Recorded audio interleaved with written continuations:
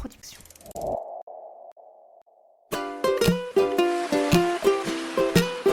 Bienvenue sur Mordu, le podcast des passionnés de glisse et d'outdoor. Mordu, Tendance Ride. Bonjour à tous, bienvenue sur ce nouvel épisode de Tendance Ride. J'accueille de nouveau Thierry Seret, cofondateur de l'agence Code Zéro, spécialisée dans l'innovation et le sport. Salut Thierry, comment ça va ?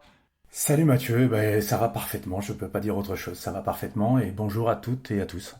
Génial, écoute, aujourd'hui je te propose un sujet, c'est les wave pools. Perso, je vois immédiatement plein d'arguments contre, notamment quand on pense au réchauffement climatique. Et dans le même temps, je vois bien qu'il y a plein de projets. Et je dois avouer que quand je vois les vidéos, notamment au Surf Ranch de Kelly Slater, s'il y en avait une à côté de chez moi, je pense que je me précipiterais. C'est toujours un peu le paradoxe quand on parle de l'action contre le réchauffement climatique et nos comportements individuels. Je voulais savoir si déjà, toi en tant qu'expert, tu pouvais nous rappeler en synthèse les arguments des promoteurs des wave pools et les critiques de ceux qui justement les critiquent, ces wave pools.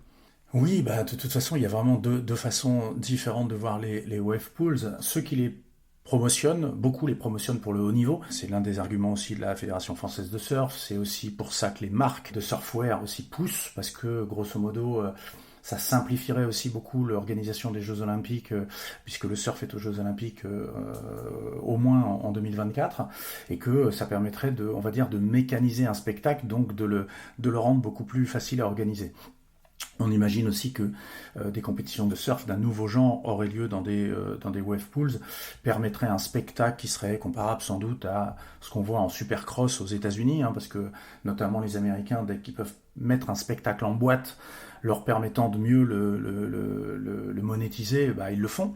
Alors c'est pas forcément négatif, moi je suis un grand fan de Supercross et j'ai regardé la première manche qui avait lieu hier soir. Donc il y a ça, il y a aussi le fait un argument qui est pas négligeable, qui est à considérer, qui est de dire aujourd'hui il y a de plus en plus de trafic dans le monde sur les vagues et que ça met en péril, notamment à Bali et ailleurs, des vagues naturelles et des sites naturels, et que donc les wave pools permettraient de pratiquer le surf sans forcément de diminuer le trafic, on va dire, sur les vagues naturelles en détournant une partie sur les wave pools.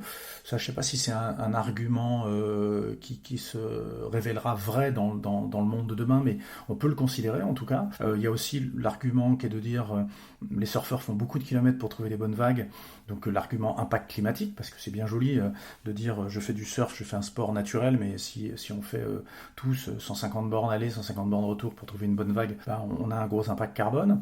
Donc tout ça joue en faveur des wave pools.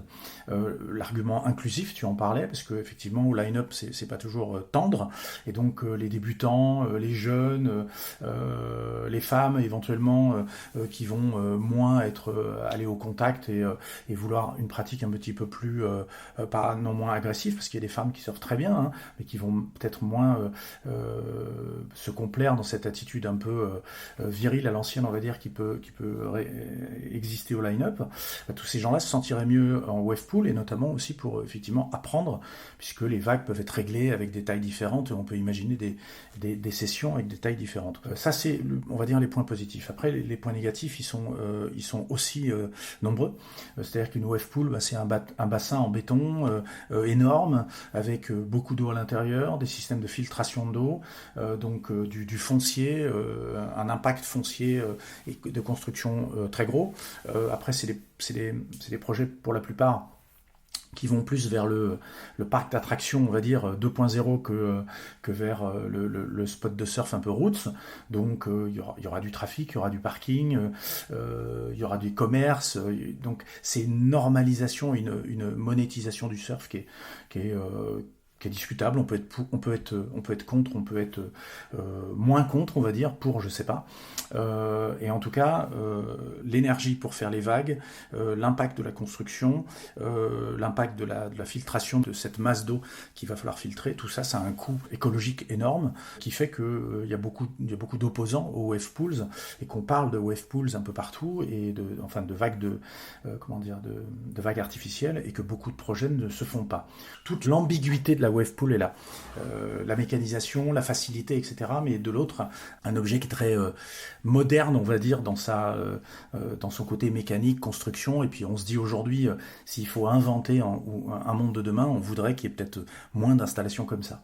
Donc c'est très ambivalent le wave pool. Alors justement, en termes d'impact et de consommation d'énergie, est-ce que tu peux nous dire c'est quoi les technologies existantes ?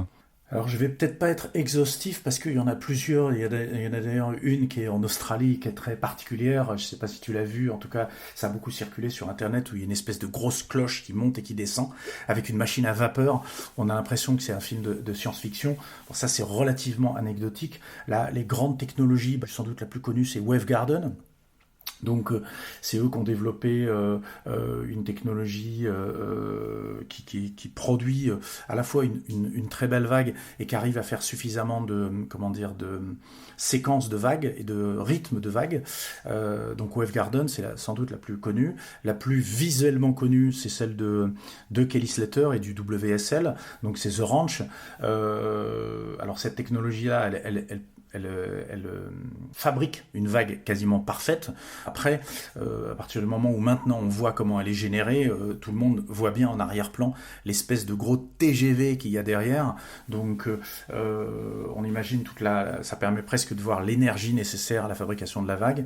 Et je crois qu'au début, alors c'est réglé maintenant, mais ils avaient d'énormes problèmes de stabilité du bassin. C'est-à-dire que quand on fait une vague dans un bassin fermé, il y a beaucoup de remous et au début ils étaient obligés d'attendre 20 minutes après chaque vague. Donc c'était pas rentabilisable, c'est-à-dire que dans un bassin, si on veut faire une wave pool et accueillir du public, on va pas balancer une vague toutes les 20 minutes. Donc c'est le gros avantage de Wavegarden qui est capable de générer beaucoup plus de vagues et puis donc d'espérer pouvoir entre guillemets rentabiliser, parce que si vous faites rentrer du public et que vous le faites payer, il faut que le public puisse avoir des vagues suffisantes, en nombre suffisant. Et puis la technologie dont on parle plus depuis l'année dernière, c'est celle d'Okaina, qui est une technologie française, et elle ne fait pas appel à un bassin, et plutôt une espèce de genre de soucoupe volante à l'envers qu'on vient poser sur un plan d'eau et qui génère une vague. Alors pour l'instant c'est encore à l'état de prototype, c'est ça qui est un peu gênant pour l'instant, mais si ça devient à taille réelle, ça pourrait être une technologie vraiment intéressante, parce que pas d'eau, pas de bassin, donc pas d'eau captive, pas de filtration, moins de besoin d'énergie. Donc ça éliminerait une partie des reproches qu'on fait aux wave pools. Donc je pense qu'il faut encore attendre un peu entre effectivement les oppositions au projet. C'est difficile de savoir l'avenir des wave pools aujourd'hui. Il y a vraiment du pour et des contre. J'espère que j'ai fait à peu près le tour de la question. Est-ce que tu crois que y a des parallèles à tirer avec quelque chose qui pour le coup est plus ancien et qui existe, hein, il y en a de nombreux exemples, ce sont les pistes de ski artificielles. Je sais qu'il y en a notamment à Amnéville en France. Est-ce que ça a permis de tirer des conclusions et des leçons pour le développement de ces vagues artificielles ?